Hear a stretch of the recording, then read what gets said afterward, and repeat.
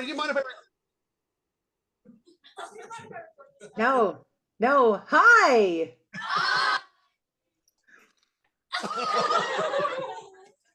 I love hearing all of you say hi together like that. That's so great. Oh my God. Hi, Corey. Hi. Oh, sorry. Here, hold on. Hi.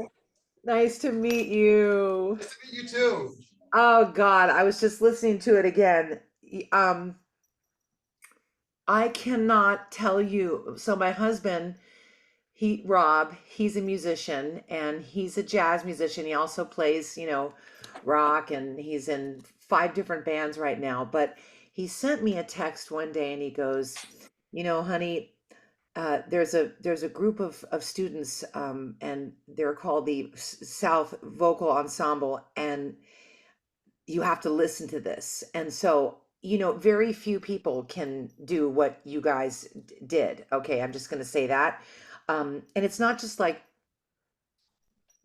attempting to break down those harmonies and the timing and everything, but it's the way that you sound and the way that you sing it and you sing it. And I'm like, I'm barfing all my feelings right now, but I just want you to know that I was so freaked out. First of all, I sat there, and the minute it started, I was like, "Here we go!" And then start crying. I start crying instantly because it's one of my favorite. I think it's the most beautiful. It's just so like a minute and a half long. How long is it? Yeah, yeah. It's the most beautiful piece of music, the most beautifully arranged vocals I've ever heard in my whole life. It's my number one at the top of the list for me. And I just can't believe how you guys did that. I can't believe it. I can't believe Hold it. on a second. I'm going to move over here so you can hear me better.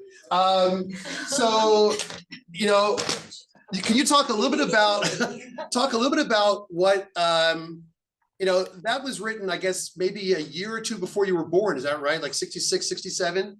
Yeah, I was born in 68. And God, I feel like I'm an old fart, man. God. Oh my God. Anyway, my birthday was yesterday. I just turned 56. Um, but yeah, it's like there was so much material written before I was born, and I didn't even get into some of the deeper cuts and the the music of the Beach Boys until I was probably around 13 is when I really started to listen, because I grew up, sometimes going on tour, sometimes going on stage, and it was like, in concert, it was very much the big, surf songs, the hits like that, and then the end during Good Vibrations. Uncle Carl Wilson, Beach Boy Carl, would um, call us out when the organ came in, and it was the part where it's gotta keep those love good, that part. And then we would rush out, all the kids would rush out on the stage, and that was my memory. And so those were kind of the songs that I would listen to. But it wasn't until I started listening to Surf's Up, the album Surf's Up, and Friends, and Smiley Smile, and all these albums with these songs that are just so like beautiful, and the way Uncle Carl used to write songs, and of course my father. But I have to pinch myself too, because I'm a fan of his as well. I'm a fan of his music. So, but Our Prayer, Heroes and Villains, is just the coolest thing ever. But Our Prayer in particular is just the most beautiful thing I've ever heard. And um that part at the end, that part I'm talking about, that really, really intricate, I can't even do it. You know what I'm talking about? Hold on. Hold on. You know the one. Oh, you ready, guys? Sing it. You know what you're talking about? So you just go. All right, That's it, that's it, that's it. ready, go.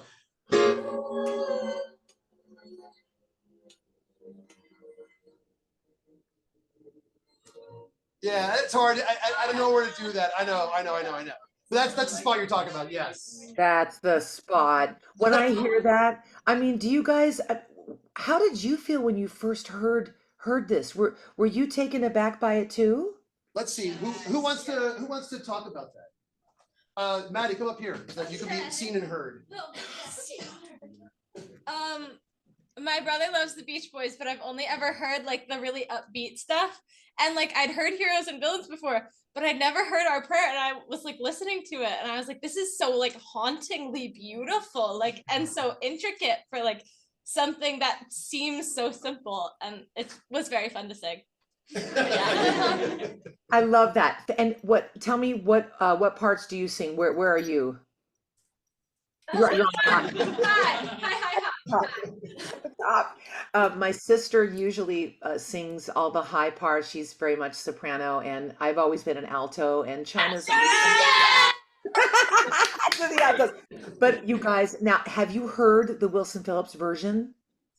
No. Oh, I listened to it because when I was talking to Carnie on the phone, she said, Wilson Phillips did a version of this. And I said, really? And Carnie was like, yeah, I had to sing the freaking low notes. And I listened to it again. Carnie, that's ridiculous. It's so freaking low. Guys, I told Corey that I felt like Linda Blair from The Exorcist. Like my head was gonna fucking spin around and fly off my head. I can't. I had to go so low. And my husband, Rob, he's the one who there was no click track because there's no timing in this song. You guys know that, right? You can't do a click track to this. He tried, but it's like it was all just improvised and with feeling you would sing it. But I remember I would do ooh, ah. I mean, I was down there, right? And we did we overdubbed maybe 3 or 4 vocals, so we would triple it. And but I remember just having to hold those notes, and being really steady. That was really hard singing that low, because I've always been able to sing really low, but that was intense. But so it's so satisfying to sing that, and how beautiful when all the voices come together. I just can't get over it. It's just the greatest.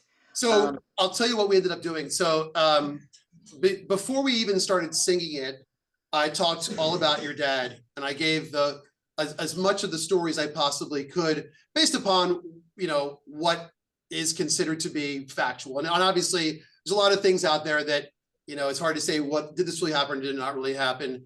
But the fact that your dad went through a lot through that whole time period in 66, 67, and then obviously and then beyond that. But I talked about how the music of Smile in 66 and 67 was going to be this groundbreaking music. And there really was this, in some way, this healthy competition between the Beatles and the Beach Boys. And,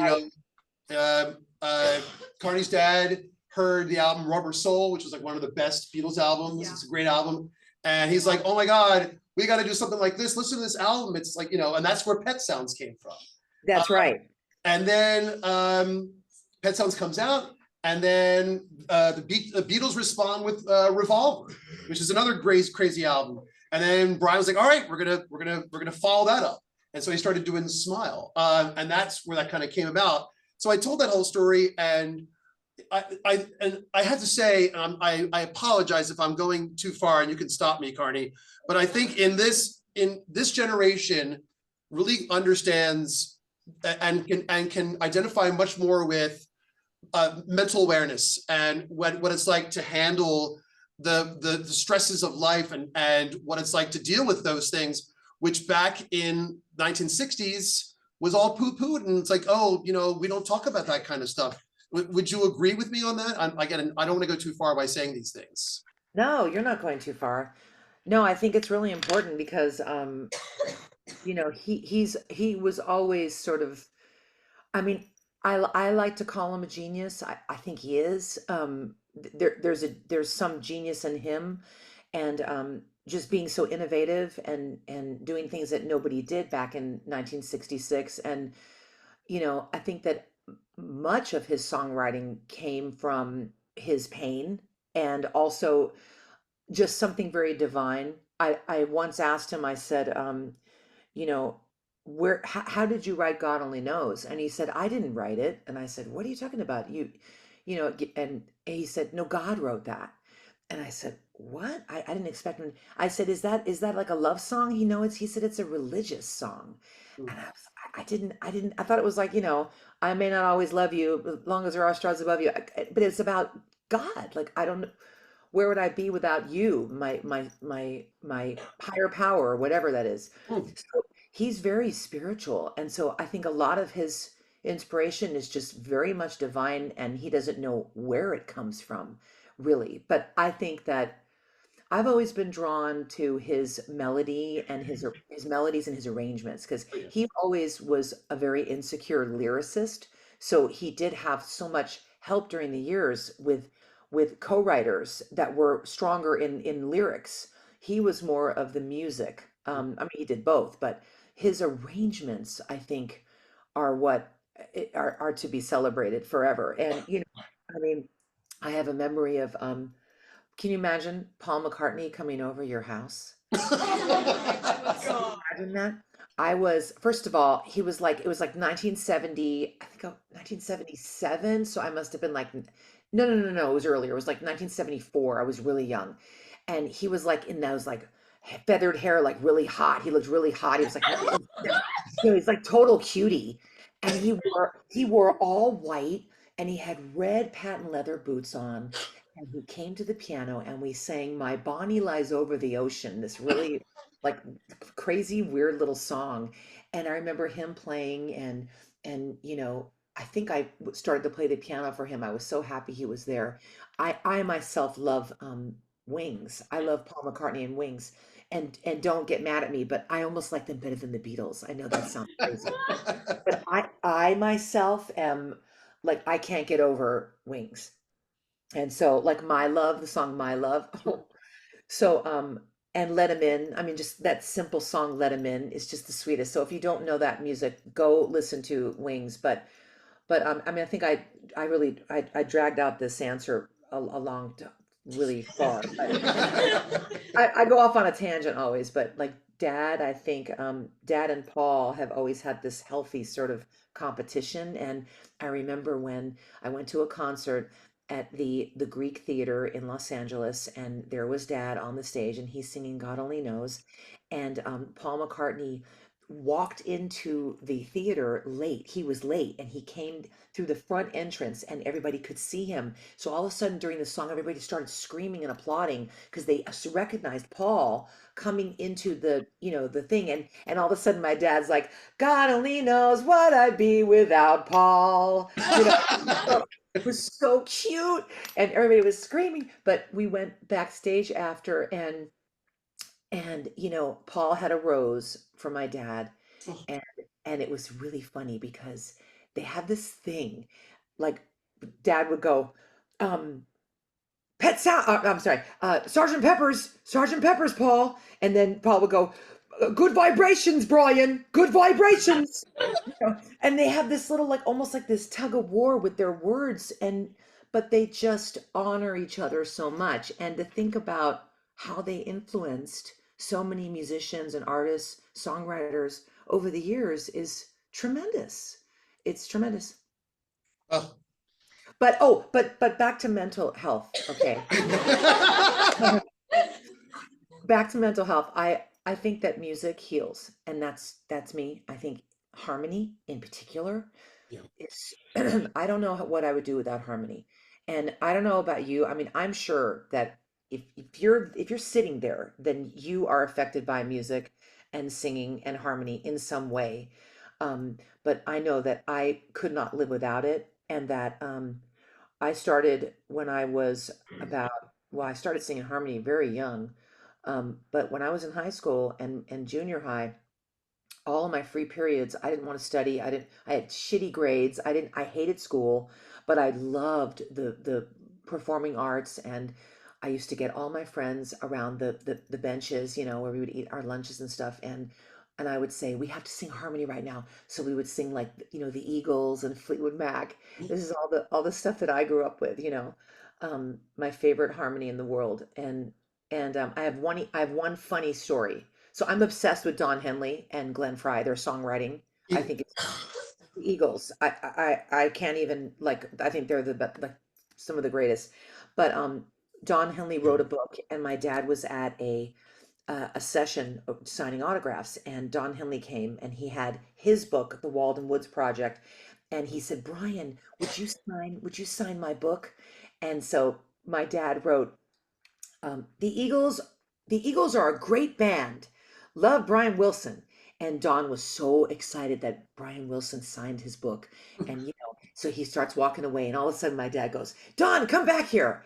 And he walks back, and he goes, give me that book back. He crosses out the word great, and he wrote good. And then he goes, Don, the Beatles are great. The Eagles are good. Can you imagine meeting your idol? And there's nothing funnier than that. But that's who my dad is. His humor is he's very funny, but he didn't mean it to be funny. That's what's funny. Oh.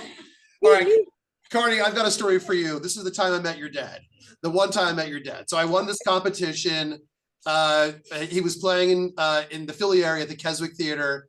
And my wife is with me, and a bunch of my students at the time. This is like 2006, right when Lucky Old Son came out. And so this is my idol. Like, your dad's my idol. So I am literally pooping myself, and I walk in. Your dad's sitting in this really tiny dressing room. I have a stack of albums that I want him to sign, including an original Pet Sounds. And Jeff Foskett, God rest his soul, was there. He's like, look, Brian, these people are here, and they won the contest. And I see him, and I give him my stack, and your dad's like, we got to go, Jeff. We got a gig.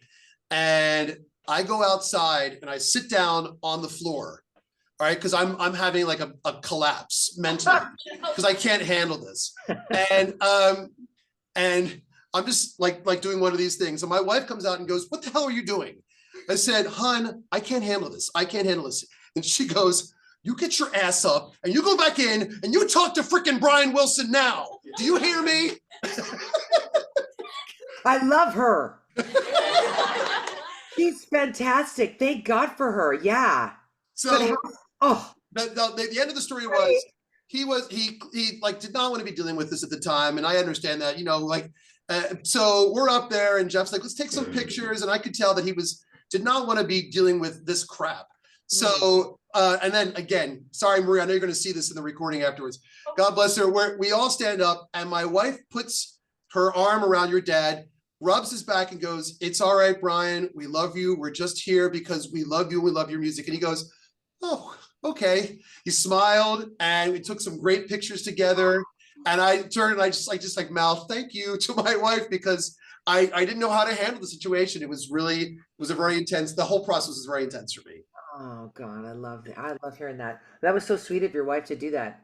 That's all it took was because he gets very shy. He is actually very shy. Yep. He's very man of few words, very much few words. But that's awesome. I mean, I remember meeting a couple of my idols, and I didn't know what to say to them. I mean, I met Stevie Nicks. I didn't know what to say to her. I love the artist Seal. There's an artist whose name is Seal, and I love his music. And I saw him on the street one day, and I went, "Fuck it, I'm just gonna say hi." So I pulled over in the middle of the street, and I rolled my window down, and I was like, "Excuse me, are you Seal?"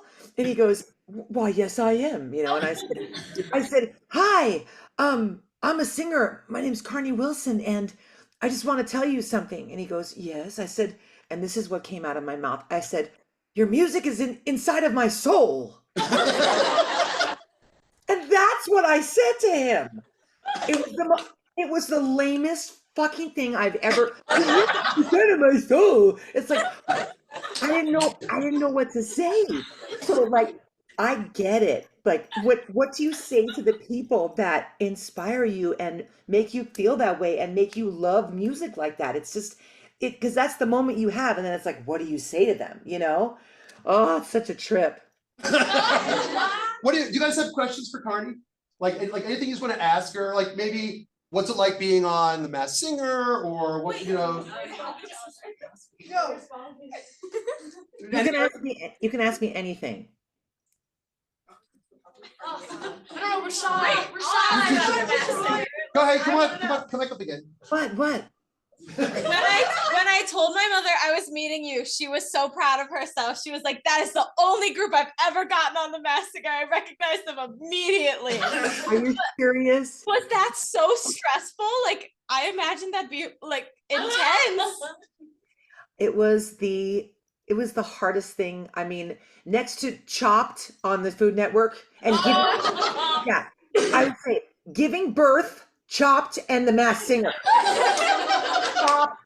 Top stressful, difficult, challenging things. Well, the Masked Singer, first of all, our masks were 36 inches, wide, and really, really heavy. And the costume, the mask was about 15 pounds. So like you couldn't, there's no peripheral vision.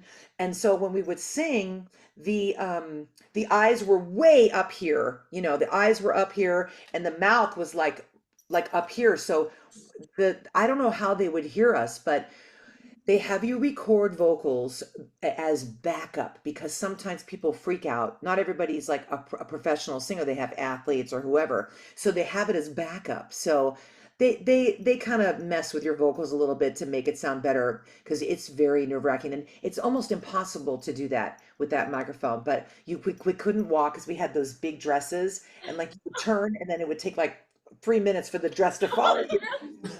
And it was just so, but it was really fun. And we, they said, oh, we've got a big song selection for you. And then all of a sudden we were like trying to choose. And then, they would say, no, you can't do that. No, you can't do that. Cause we couldn't get clearance for these songs. The publisher has to clear the song, So I said, we have to do Ironic by Alanis Morissette. I know we can do it. Cause I hear like this, big harmony in the chorus, and, because our collaborator and our co-writer, Glenn Ballard, wrote Ironic with Alanis and produced her album, we got the clearance to do Ironic. And they said, you're the only group that we'll do this for, but we got to do Ironic because we had the same producer. So that was really cool. But that's awesome. Masked Singer was really fun. And I really liked our Lady Antebellum. I love Lady Antebellum. I think we did a really nice version of that song. And then we did I Want to Know What Love Is by Foreigner. A beautiful version with the orchestra. But it was a trip. I had leg cramps for 5 weeks. I'm not kidding. I in the middle of the night, I'd be like, ow, ow, ow. Like I was carrying the weight on, it was intense, but fun. Hallie, do you want to talk about your grandmother? You got to go up and tell Carnie this. This is pretty funny. So, hi. Basically, my grandmother knows nothing about music. I think the only song I've ever heard her sing is like the Haunted Mansion theme song. Like, I'm not even joking. Wait, move to the right. I can't see your face right now. There you go. There. Hi. Like, only the Haunted Mansion. That's it. Maybe like Twinkle Twinkle Little Star. And then I was like, yeah, we just FaceTimed with a bunch of people who worked with Brian Wilson. And she just lights up. She was like, oh my gosh, really? Was Carnie there? And I was like, what? I've like never heard her sing. I've never heard her talk about music. And she was like, you get to FaceTime Carnie Wilson. And it was just like the most surreal experience. Like it was just so random coming from her.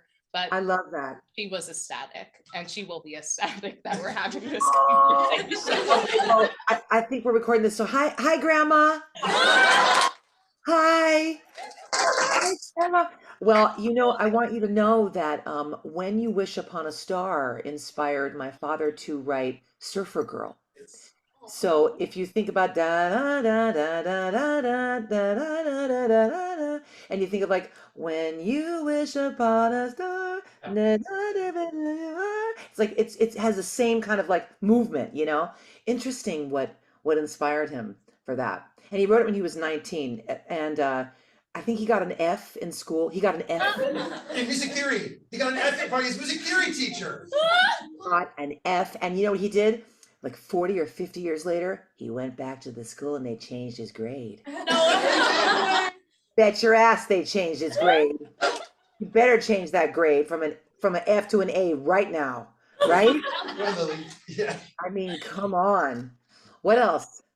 Hi, so I have a question. Do you have any lyrics that your dad has written that has like resonated with you or like really impacted you like mentally and like? Oh, that's a good question. Oh gosh. I do. I know you did. No, Corey. from the Surf's Up album. Yeah. What song? No, I'm a Cork on the Ocean. Yeah, Oh my God. I totally thought of Till I Die. till I die. Yeah, till I die. Yeah, I thought of that too. I'll never forget. Well, the lyrics, I mean, his oh gosh. I like when he writes lyrics by himself because they're very simple. Um, I mean, not always simple, but there are songs that are like, it's amazing how he could take something so simple, but when it's all put together, it's so complex and so like cutting edge. There's a song called Busy Doing Nothing Oh, that is just so like precious. I forgot what's the instrument? What is the instrument, Corey? You know what I'm yeah, hold talking on. Because I'm trying to play it now. I love that song. It's a really cool piece. It's really jazzy. Is it a flute? I don't know what it is. It's not a flute. Oh, maybe it might be. But What a hot sticky day. Yeah, it's cool down. It's a really bizarre piece. At yeah, one it point, is. yeah, at one point in the song, like I think he gives directions to how to get to his old house. It's true. It was our house in Bel Air, but if you listen carefully, my mom and my aunt are singing some backups, and they go, "I wrote a number down, but I lost it, so I searched through my pocketbook." That's them if you listen really carefully. And then, but the lyrics, I mean, I don't know. I can't even. There's such a massive catalog. Like how do you even pick it? But there's another album that I really love too. It's called Beach Boys Love You, and it's really it's total 70s vibe. And Beach Boys Love You is really beautiful. And there's a song called Solar System. My dad has always been very sort of obsessed with astronomy and the stars and the planets. And so he wrote this song called Solar System. And it's so cute, that song, but the harmony is beyond. And of course he overdubs himself, and the Beach Boys just had such a great sound. And I want to give props to the other guys in the group, the Beach Boys, because it started with Brian, Dennis, and Carl, and their cousin Mike Love, and like it's like the sum of the parts made them so great. You can have a great arranger and a great producer, but it was all of them together that made that sound. And so a lot of people tend to focus on my dad, but really, Carl and Dennis were incredible. They had beautiful tones, and it just was, the Wilson brothers just had that beautiful harmony. And I tour with Al. I tour with Al. My sister and I, we go on the road with Al Jardine. He's one of the original Beach Boys, one of the original five. And he's 80 years old. He's been doing this for 60 years, and he goes on the stage and he's so adorable. And I mean, he can't really play the guitar anymore. Oh God. But and it's funny when we're on the stage, he's just playing clunker after clunker, and he laughs, and the audience just laughs, and who cares? He's up there and he's doing it, but he still sounds great, and my dad loves his voice. But one more thing about Till I Die. Wendy and I, my sister, we recorded an album called The Wilsons, and we sang like four songs with my dad on that album, and we recorded Till I Die. And I had this idea for the ending, to do this like chant for "I'm a leaf on a windy day, pretty soon I'll be blown away," just a very simple lyric. But I produced him in the studio. I was so scared to tell him like how to sing it. I don't even know how I did that, but I just went, forget it. I'm just going to go for it. And I'm going to tell you my idea, Dad. And it's just to do this like chant. So if you ever get a chance to listen to the Wilsons, there's this thing that we do with "I'm a Leaf on a Windy Day." It's really neat. And he wound up liking it. So I felt so proud that he actually liked an idea of mine, It was cool. Oh, it's incredible. Yeah. Do you guys have any other questions? Because go ahead, Taylor, you come on. Okay. Taylor is a huge Beach Boys fan. She is. Oh, great. What are some of your favorites? Oh God, that's so hard. It was hard. Ooh, I like Come and Go with Me a lot. How cute! Wait, oh, that's so great. Yeah, I like a lot of their like summer hits and everything. Wait, you mean like the dum dum dum Yeah, dum? that one. Okay, because Al Jardine, that I think he wrote that. Yeah, I think he sings lead on that one. Yeah, Yeah, yeah. super How, cool. how great. So I know you shared some stories with us already, but what was it like being born into like fame and like growing up in that environment? Weird as hell. Weird, and it's all I've ever known. Music has been just center stage, no pun intended. It's like that was it was a weird time in the 60s, late 60s, 70s, and everybody was kind of just like they were either stoned or they were whatever they were doing, and it was a very creative time. And so I feel like, you know um I think I'm not going to say that drugs. I wish that he didn't take the drugs that he did, because I think it made him suffer, and I think it changed him.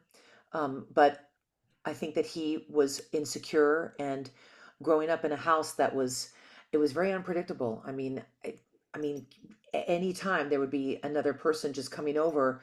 I mean, Elton John put me to bed. He put me in my crib. He put me back to bed. Oh, How God. do you say? And it's not like bragging. It's just like, this was my life. I don't. I, it was normal to me, but then when I think about it, I go, what in the hell? You know, I can't believe it. But the thing that was just sort of the glue and the love and was the music. And I was always, my parents got divorced when I was really young, so my early memories, some are kind of shitty, honestly. Some are really not great memories. And then there also, which I try to focus on more, um, he taught me how to play the piano. I remember him teaching me the Intro to California Girls on the piano. Mm. And I remember he loved Rhapsody in Blue. Rhapsody in Blue was his thing, and he played that every single day.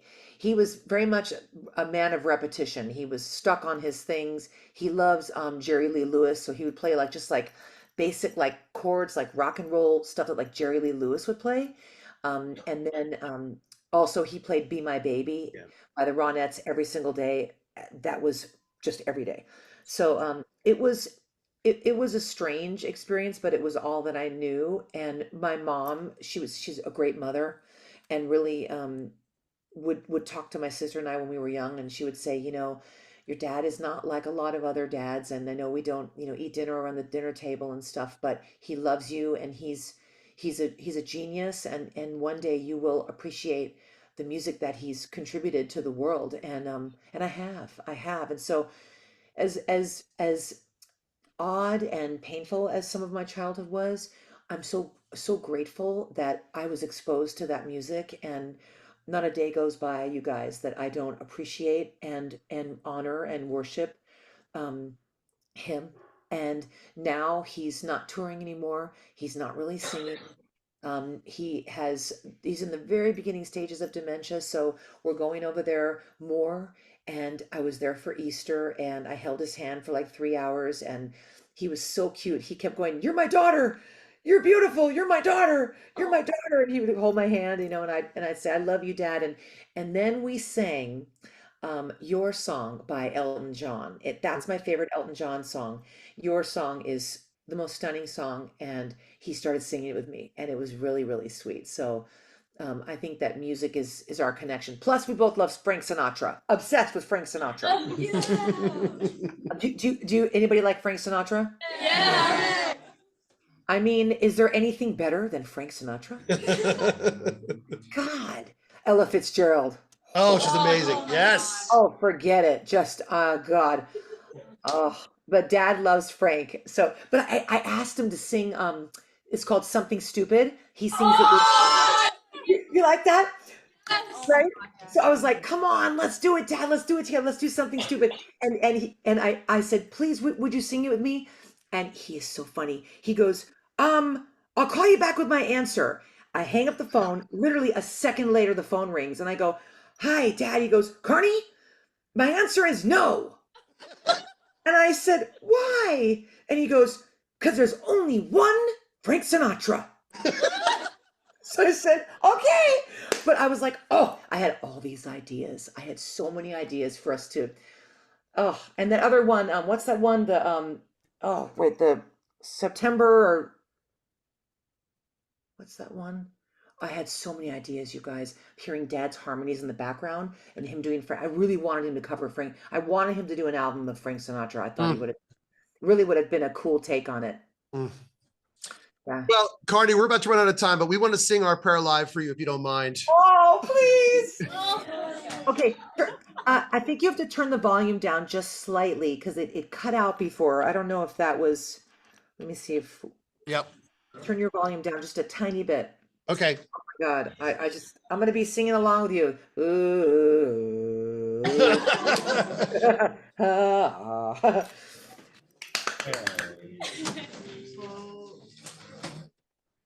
Guys ready? Here we go.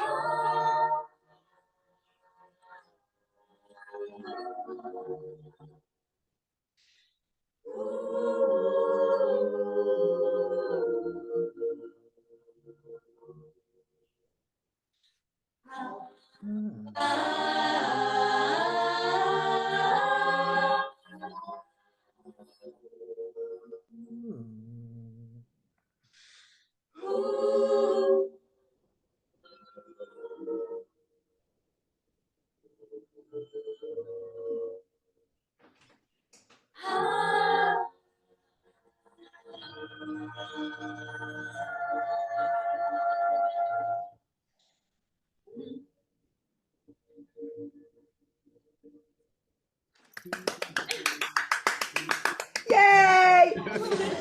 Yay! The sound was kind of going in and out, but oh, I loved it so much. Thank you. Oh, thank you, Carnie. Thank you so much. Everyone, can you all please say thank you? Thank you so much. And keep doing what you're doing because there's nothing more wonderful. And thank you for your gift, your voices. Be proud of yourselves and believe in yourselves. And I can't tell you, I'm sweating under my armpits right now. Oh, there's Rob. My husband, Rob. Hi guys. Sorry. Come closer. Ew, I look weird. Sorry, I just got home. I'm sorry I missed you guys. Hey, But I Rob, heard, it's Corey. How are you doing? hi, Corey, how are you? You guys All sound right. incredible. Thank you. Incredible. Incredible. He's the Bravo. one. He's the one who broke down all those parts, and in the city, just like Corey was orchestrating. He's the one who broke down the parts. That's so. You guys, I'm so proud and honored to talk with you. And anytime you have any questions or whatever, and I hope that one day we get to meet in person. I'm gonna hug every single one of you. I don't care what you say. I'm gonna hug every single one of you. Thank you, Carnie. We love you so much. Love you all. Take great care. Thank you for making my heart so happy. Take care.